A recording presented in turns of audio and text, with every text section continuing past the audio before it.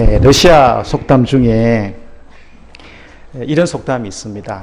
전쟁에 나갈 때는 한 번 기도하고, 바다에 나갈 때는 2번 기도하고, 그리고 결혼할 때는 몇 번 기도해야 되죠? 3번 기도하고. 이 속담은 그만큼 결혼이 중요하다는 의미로 우리가 볼 수가 있습니다. 결혼은 정말 어렵고 힘든 여정이기 때문에 결혼에 성공하려고 하면 기도를 많이 해라, 그런 이야기입니다. 결혼과 전쟁 그리고 항해는 예로부터 지금까지 가장 위험한 일 중에 하나입니다. 오늘날 과학과 기술의 발달로 항해에 있어서도 많이 안전해졌지만 그래도 미지의 바다는 아직도 미지의 세계입니다. 오늘 본문에서 사도 바울이 이 항해에 있어서 아주 위험에 빠져 있는 것을 볼 수가 있습니다. 예수님의 도를 전한다 해서 예루살렘에서 이 사도 바울이 이 유대인으로부터 고발을 당해서 잡히게 됩니다. 그래서 가이사랴에 약 2년 동안 이렇게 감금되어 있다가 새로 부임한 총독이 야, 예루살렘에 올라가서 재판 받아야지, 이렇게 얘기를 하니까 사도 바울이 나는 예루살렘에 가서 재판 받는 것이 아니고 로마 황제 가이사랴에게 내가 상소를 해서 로마에서 재판을 받겠다, 이렇게 상소를 합니다. 그래서 알겠다 해서 이제 지금 이 사도 바울이 로마에 가서 재판을 받기 위해서 이 호성선을 타고 지금 로마를 가고 있는 도중에 이 지중해 연안에서 지금 태풍을 만난 겁니다. 결론적으로 이야기하면 이 사도 바울과 이 배에 탄 모든 사람들은 이 태풍 가운데, 이 위험한 항해 가운데 있어서 하나님의 은혜로 모두 구원을 받는다는 것이 오늘 27장의 내용입니다. 먼저 27장 23절부터 26절까지 같이 한번 읽어보도록 하겠습니다. 앞절에 나오죠. 27장 사도행전 23장에서 26절까지 한번 읽도록 하겠습니다. 같이 읽겠습니다. 내가 속한 바 곧 내가 섬기는 하나님의 사자가 어젯밤에 내 곁에 서서 말하되 바울아 두려워하지 말라. 내가 가이사랴 앞에 서야 하겠고 또 하나님께서 너와 함께 항하는 자를 다 내게 주셨다 하였으니 그러므로 여러분이여 안심하라. 나는 내게 말씀하신 그대로 되리라고 하나님을 믿노라. 그런즉 우리가 반드시 한섬에 걸리리라 하더라. 아멘. 오늘 말씀을 27장 전체를 읽고 해야 되는데 시간 관계상 제가 이렇게 중간으로 잘랐습니다. 그래서 23절부터 26절에 보게 되면 하나님께서는 바울을 통해서 여기 배에 탄 모든 사람들을 구원하기로 작정을 하셨습니다. 바울뿐만 구원하는 것이 아니라 배에 탄 모든 사람들을 구원하겠다고 하나님은 약속하셨습니다. 그리고 실질적으로 27장 44절에 보게 되면 모두가 한 섬에 상륙을 해서 구원받는 과정이 28장으로 쭉 이어져서 기록되고 있음을 우리가 볼 수가 있습니다. 바울 일행을 태운 배는 제수뿐만 아니라 상인들도 일부 타고 있었습니다. 이들은 많은 화물을 싣고 로마에 가서 그 화물을 팔아서 한턱 챙기려고 잔뜩 큰 꿈을 싣고 짐도 싣고 꿈도 싣고 출발을 했습니다. 그런데 그 배는 유라굴로라는 큰 강풍을 만나게 되었고 배는 완전히 깨어지고 배에 실은 화물들은 다 바다에 던져지고 이제 276명에는 그 사람들 목숨까지도 위태하게 된 그러한 상황입니다. 러시아 속담대로 정말 항해는 위험합니다. 그런데 이 위험한 항해는 우리 인생에서도 얼마든지 만날 수가 있습니다. 꼭 바다에 나가서만 위험한 것을 만나는 것이 아니라 우리 인생에서도 크고 작은 풍랑을 만나게 되고 그래서 위험에 처할 때가 많이 있습니다. 이럴 때 우리는 어떻게 합니까? 어떤 분들은 풍랑을 만나지 않게 해달라고 기도합니다. 기도하죠. 믿지 않는 사람들은 뭐 삼전이 뭐니 하면서 피해가고요. 이상한 것도 날 잡아서 하고, 왜? 풍랑 안 만나려고. 사실 그런 풍랑을 만나지 않는다는 것은 우리의 바람이지 현실적으로 그렇게 되기는 쉽지 않습니다. 여러분 살아오시면서 다 크고 작은 풍랑 다 만났지 않습니까? 누구나 다 한두 번은 풍랑을 만나서 위험에 처하게 되고 어려움에 빠지게 됩니다. 그렇다면 우리는 그런 위험을 만나지 않게 기도하기보다는 물론 기도해야 되겠지만 그런 위험 속에서 어떻게 이기며 나아갈 것인가를 배우는 것이 훨씬 더 지혜로울 수가 있다는 것입니다. 오늘 본문에 보면 그런 위험 속에서 사도 바울이 보여준 태도는 놀랍습니다. 그는 배에 탄 다른 사람들과 똑같은 환경이었고 똑같은 위험에 노출되어 있었지만 그 위험을 대하는 태도는 전혀 달랐습니다. 저는 이것이 우리가 인생을 항해하는 데 있어서 배워야 할 승리의 비결이 아닌가 생각해 봅니다. 바울은 똑같은 풍랑의 어려움 속에서도 다른 사람들과 다른 모습을 보여줄 수 있었던 것은 그는 자연까지도 다스리시는 전지전능하신 하나님을 믿고 있었기 때문에 그는 어려운 환경 속에서도 다른 사람들과 특별한 그런 모습을, 행동을 보여줬습니다. 우리는 일반적으로 어려운 환경을 만나면 일반적으로 보통 세 가지 정도의 모습으로 대응을 합니다. 반응을 합니다. 오늘 본문에도 그 모습이 나옵니다만 첫 번째 하나는 어려운 상황이 딱 처해지면 자포자기하는 모습을 볼 수가 있습니다.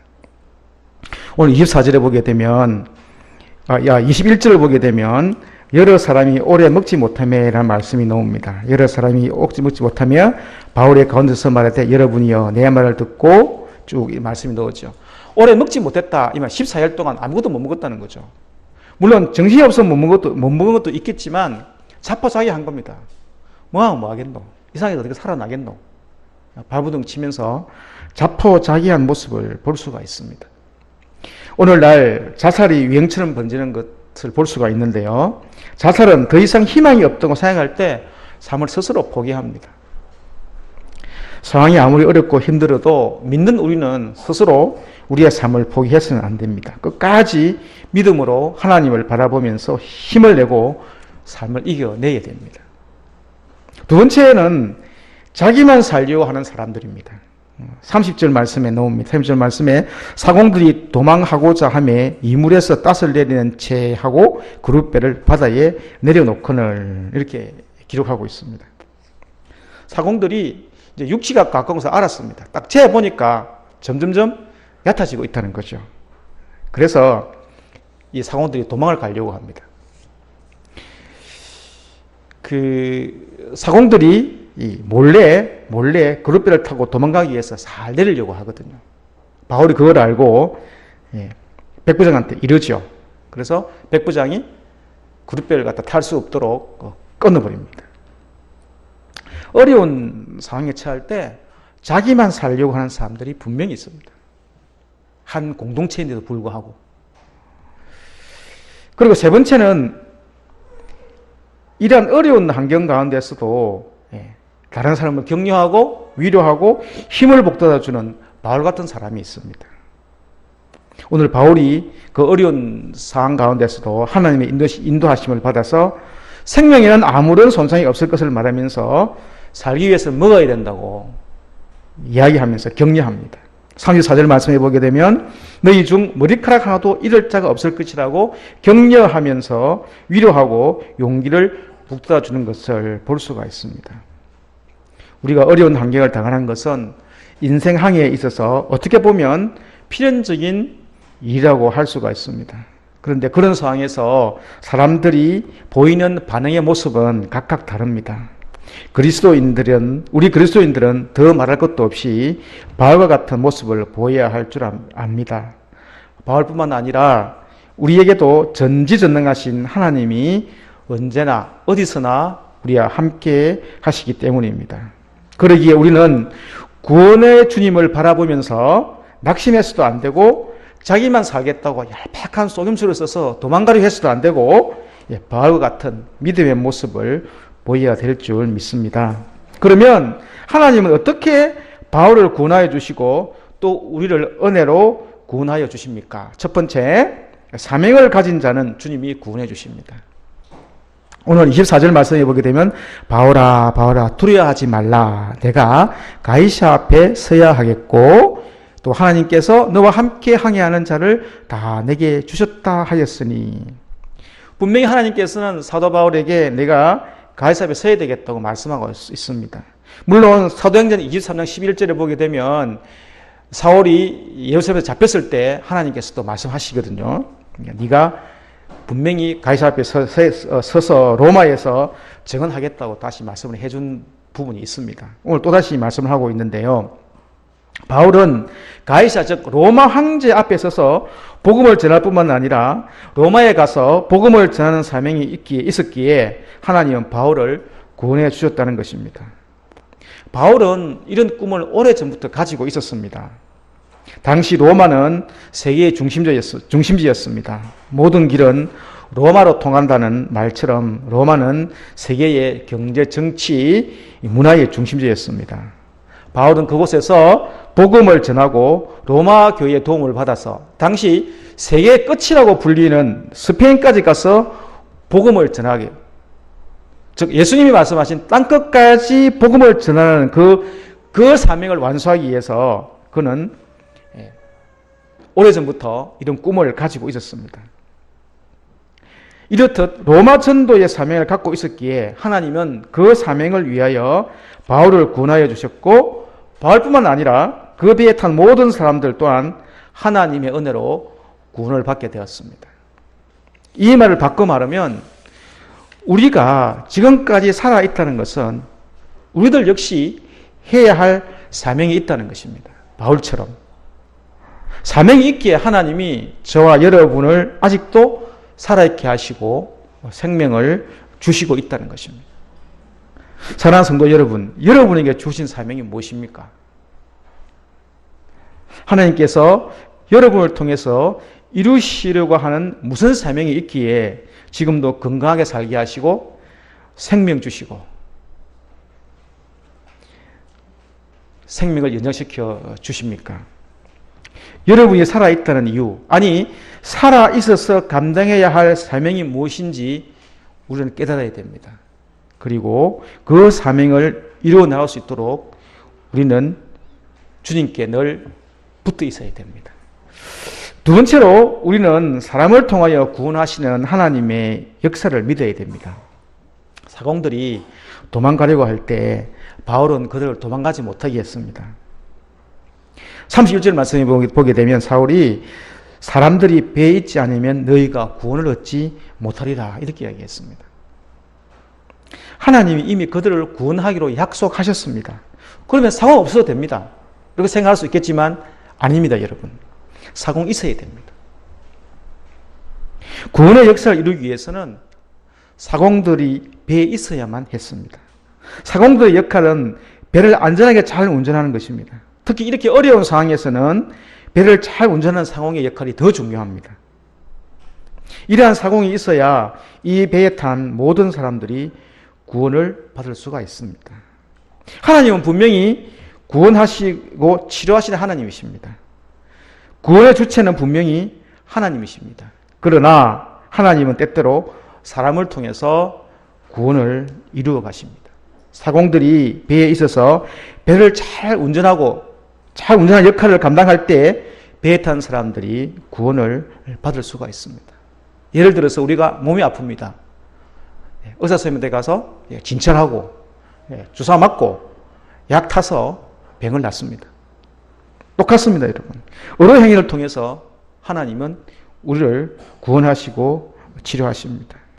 하나님의 구원의 역사를 이루기 위해서는 배에 있어서 그 역할을 잘 감당하는 헌신된 사람들이 있어야 합니다. 이것이 하나님의 구원의 역사를 이루어가는 비결입니다.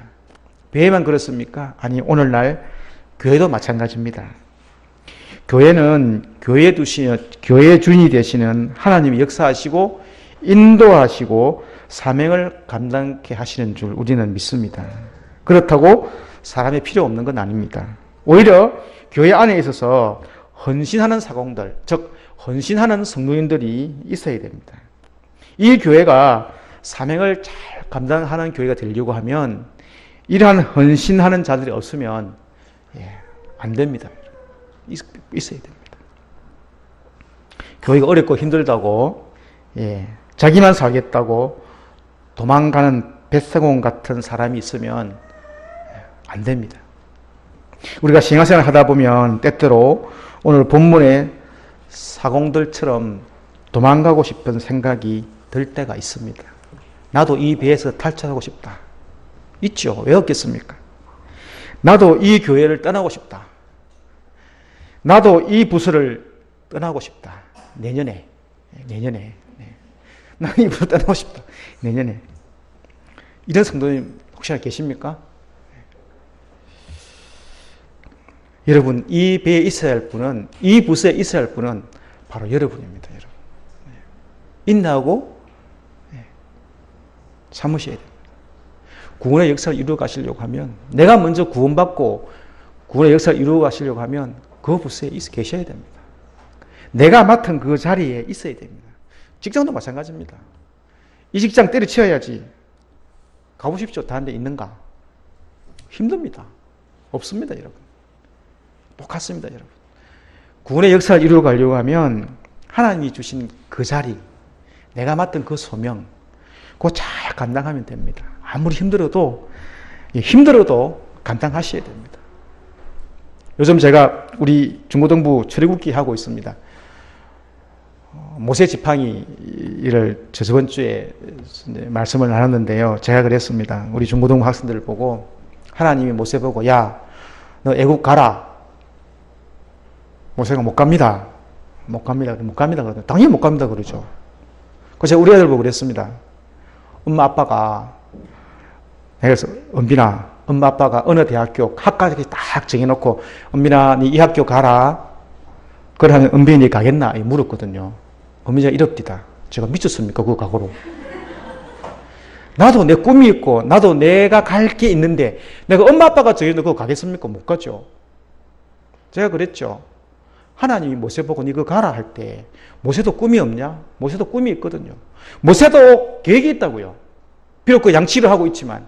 근데 하나님 내가 그거 가라고요? 좀 못 갑니다. 못 가죠. 못 갑니다. 똑같습니다, 여러분. 못 갑니다. 그래서 제가 그랬습니다. 엄마 아빠는 그냥 가라 하지만 등록금 대주면서 하나님은 능력 줘서 보낸다. 우리 하나님은 보내실 때 그냥 가라 안 하거든요. 능력 줘서 보냅니다. 할 수 있는 거 다 할 수 있도록 다 능력 줘서 그러고 내가 너와 함께 갈게. 가라. 그렇지 않습니까? 우리가 내가 받던 소명으로 일을 할 때 내 힘으로 하려고 제가 말씀드렸는데 내 힘으로 하는 게 아니고 하나님이 딱 보낼 때는요. 하나님이 능력 주시거든요. 그걸 모르고 있어요. 여러분 다 능력 주십니다. 우리가 그걸 몰라서 그렇습니다. 주는데도 몰라서. 조금 더 말씀을 드리면 오늘 우리 이제 그 다음 나와서 이제 그 모세가 바로한테 가서 우리 백성을 보내라. 그러니까 바로가 흥 미쳤냐? 그리고는 더 일만 시키죠. 더 일만 시킵니다. 그때 그 백성들이 모세와 아론한테 대들죠. 하나님이 심판하기를 원하노라. 판단하기를 원하노라. 그렇게 이야기합니다. 하나님이 보냈다고? 가짜네. 그 이야기거든요. 아니, 하나님이 보냈으면 바로가 말 듣고 빨리 보내줘야지. 더 일 힘들게 시키는데 너 가짜지. 그 이야기거든요. 제가 그랬습니다. 여러분, 그 가짜지. 그러면 어떻게 됩니까? 하나님이 보냈다고 증명해야 되지 않습니까? 그 증명이 이제 10가지 지역 나타나지 않습니까? 제가 오늘 애들 보고 그랬습니다. 우리 중고등 학생들 보고. 야, 주위 친구들이 야, 너 예수 믿는다며? 예. 예수 믿는 증거를 내한테 보여봐라. 이렇게 이야기하면 뭐라 이야기할래? 내가 물었습니다. 여러분, 예수 믿는 증거를 내한테 보여보세요 하면 뭐라 이야기하시겠습니까? 어떤 증거를 보여주시겠습니까? 제가 우리 애들 보고 그랬습니다. 주일날 예배 잘 드려야 되는데 학원에서 시험 공부해야 된다. 오락하면 뽀로록 하고. 제가 그랬습니다. 예수 믿는 증거를 보여주는 게 다른 거 아닙니다. 다른 사람이 볼 때, 저 예수 믿는 사람 진짜 맞네. 대학 들어가면, MT 가면 사발에다가 술 부어놓고 마시라 부어라. 너 그거 먹을래? 예수 믿는다고 못 먹는, 그러니까 우리는 교회 나가 다녀서 못 먹습니다. 에이, 우리 아빠도 집사님이야. 먹어도 괜찮아. 그래야 들어마시는 순간 니는 가짜다. 군에 가가지고 그랬습니다. 군에 가가지고 부어라 마시라. 예수 믿는데요. 야, 괜찮아. 마시는 순간 너는 가짜다. 뭘로 증명할래? 내가 그랬습니다. 뭘로 증명할래? 예수 믿는 걸 증명해야 할 때 뭘로 증명할래? 제가 그랬습니다.